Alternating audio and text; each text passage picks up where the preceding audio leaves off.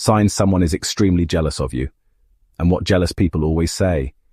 It doesn't always come with a scowl or a raised voice. Sometimes envy dresses itself up in laughter. It walks into the room with a grin, sits beside you like a friend, and starts to speak with the rhythm of a joke. But every punchline lands on your confidence. Every laugh is a quiet dig at your progress. You'll hear it in those little remarks, in the tone they use when you speak about your dreams. Oh, so now you think you're some kind of expert. You'll feel it when you show up wearing something that makes you feel good, and they say, look at you, trying to be all Hollywood today.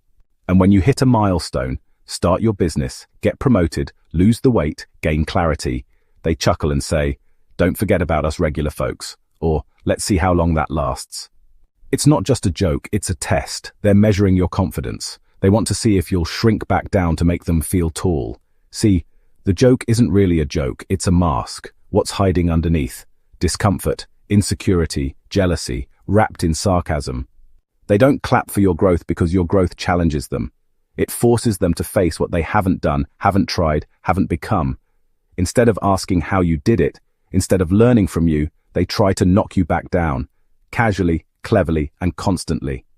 It's subtle. That's what makes it dangerous. If they screamed at you or insulted you openly, you'd know exactly how to respond. But these comments come with a laugh track, and when you confront it, they double down. I was just playing. Don't take everything so seriously.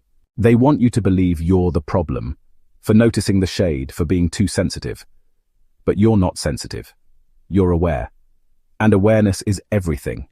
It's in how they never give you a full compliment without a disclaimer. How they never tell you that you're doing well without adding, but how every good thing you share is met with a joke that chips away at your shine. They'll say, must be nice, but they don't mean it. What they really mean is, I don't like that you're doing better. They'll say, you've changed. But what they really mean is, you've outgrown the version of you I could control. This kind of envy doesn't yell, it whispers, it laughs, it plays, but it poisons you slowly, hoping you'll start questioning your worth. And the moment you start laughing along, just to keep the peace, just to avoid the tension, just to stay in the circle, that's when the damage starts settling in. Because now you're smiling at your own diminishing. Now you're shrinking just to make them comfortable. And that is not your job. You'll know who truly supports you by how they show up when things are good. Not just when you're struggling, not when you're barely holding it together, but when you're standing tall, when the breakthrough hits, when your name is called, when your joy becomes visible. See, a lot of people will comfort you in crisis, not out of love, but because your pain makes them feel needed. As long as you're beneath them, they feel safe. But when the tables turn, when you start rising, they disappear into silence. You post the win. You share the moment. You glow a little louder than usual. And suddenly their phone doesn't work. Their words dry up. They scroll past your blessings like they didn't see it. If they do show up, it's with lukewarm praise, more of an obligation than a celebration. They were loud when you were crying.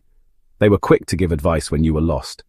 But now that you've healed, now that you've grown, now that you've stepped into a season they never thought you'd reach, they go quiet. But wait for it. The moment life humbles you again, a setback comes, something goes wrong, or you have a moment of weakness, that's when they're all ears again. They reappear not to help but to observe, to dissect, to remind you of the fall. They don't want you destroyed, not entirely, but they want you smaller, manageable, familiar. They want the version of you they could control, the version that didn't challenge their mediocrity, the version that didn't make them feel unseen in your light. Their silence during your highs isn't an oversight, it's a statement. And their noise during your lows, that's their real face showing. Because when someone is truly for you, their support doesn't depend on your condition. They cheer in the light, they hold you in the dark. They don't need you broken to feel whole. It's not that they didn't notice your growth. It's that your growth made them notice everything they've been avoiding in their own life. Your rise reminded them that they've been stuck, that they've talked more than they've worked. While you were evolving, they were standing still. So they choose silence. They pretend not to see. There's this subtle tension that creeps in when you start doing something well. When your voice gets stronger, your vision gets clearer, and your actions align with the person you're meant to be. Not all people notice, but some do. The ones who used to stand beside you with ease, now they start standing against you. Quietly, but surely. Because deep down, they never wanted to grow with you.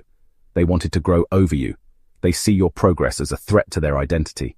You're not a friend to them anymore. You're a rival. And suddenly, everything becomes a scoreboard. You buy a new car? They need to tell you about the better one they're getting. You get promoted? They need to highlight how quickly they did it first. You achieve something meaningful? They dig deep to pull out something they did 5 years ago, just so the spotlight doesn't rest too long on your win. It's not just what they say, it's how they say it. That slight shift in tone, that tight-lipped smile, that forced applause.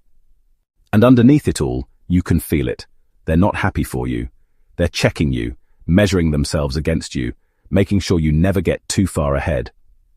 What hurts the most isn't the competition, it's the misconnection, because you saw them as a teammate, a partner, someone to dream with, build with, rise with.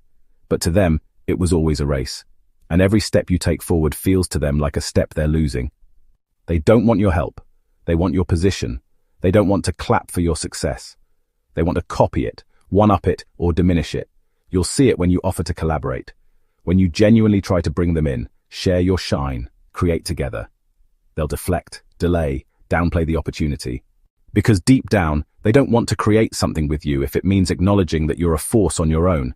They'd rather compete quietly from the shadows than stand beside you in the light. And when you're in a room full of people clapping, listen closely. Their silence is loud, their compliments are calculated, their presence feels more like surveillance than support.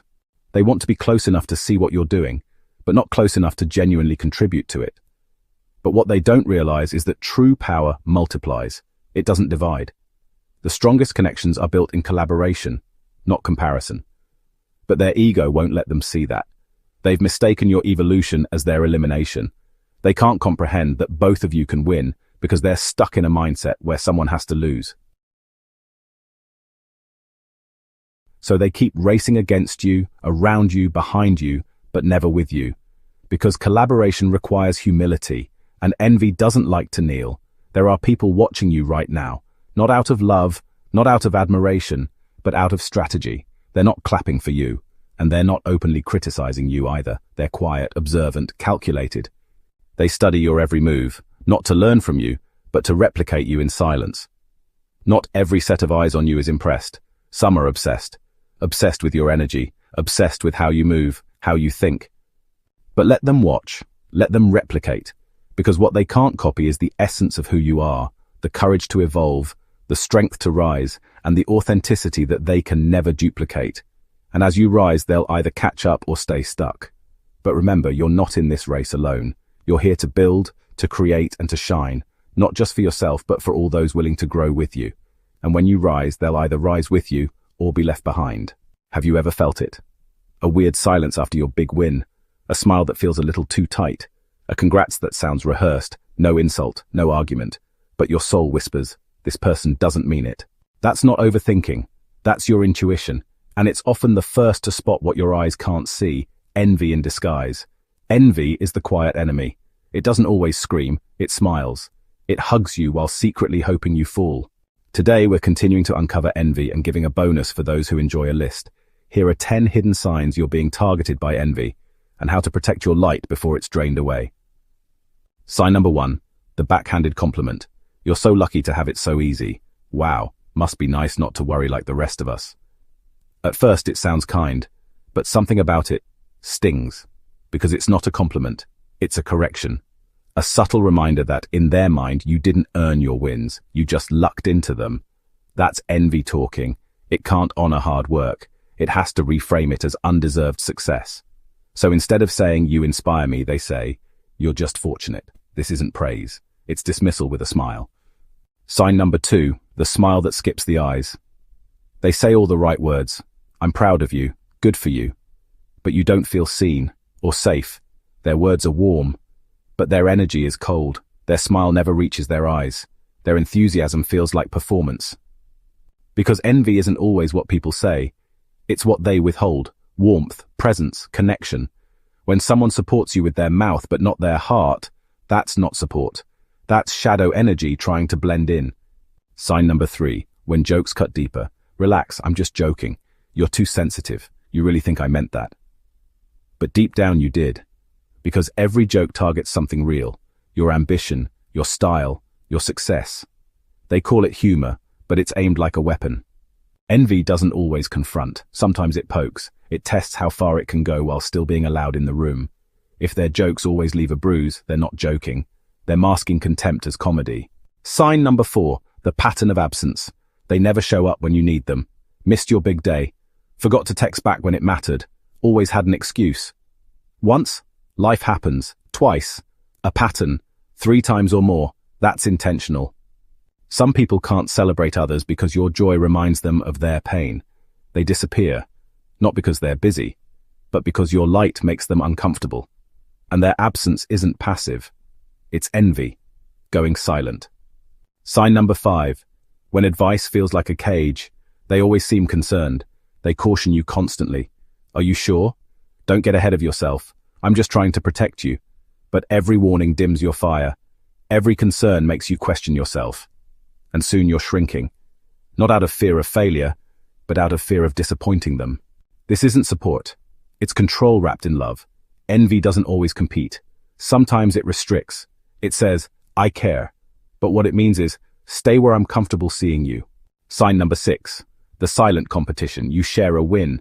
They share theirs immediately after. You say you're proud of something. They say, that's cool. I just did something bigger. You didn't start a competition, but now you're in one. Every win becomes a scoreboard. Every compliment turns into comparison. Envy doesn't just want to win. It wants to win instead of you.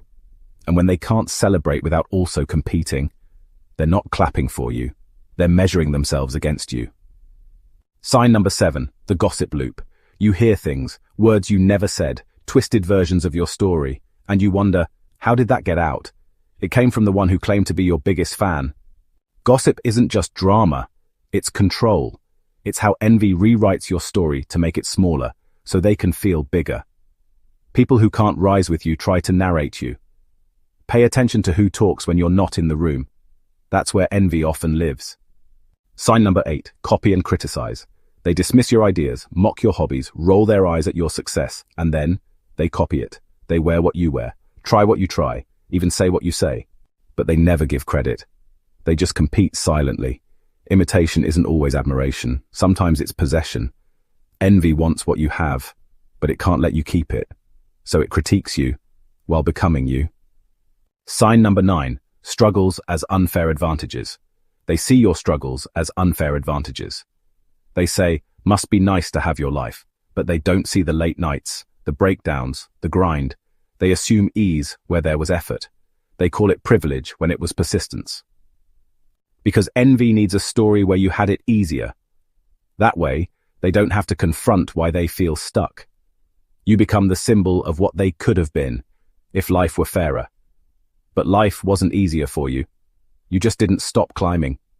Sign number 10, the applause delay. You walk into the room, you announce your news. The room lights up, except one person. Their smile takes too long. Their clap starts after everyone else's. Their eyes don't match their mouth. It's a small moment, but it says everything. Envy can't clap on time, because the truth is, it didn't want you to win. And now that you have, it's grieving, not cheering. Envy is a human emotion. But left unchecked, it becomes dangerous. It poisons friendships, it sabotages growth. And worst of all, it wears a mask. But you don't have to fall for the performance. If someone's presence makes you feel smaller, colder, doubtful, don't ignore it. You're not imagining things. You're experiencing envy hiding in plain sight.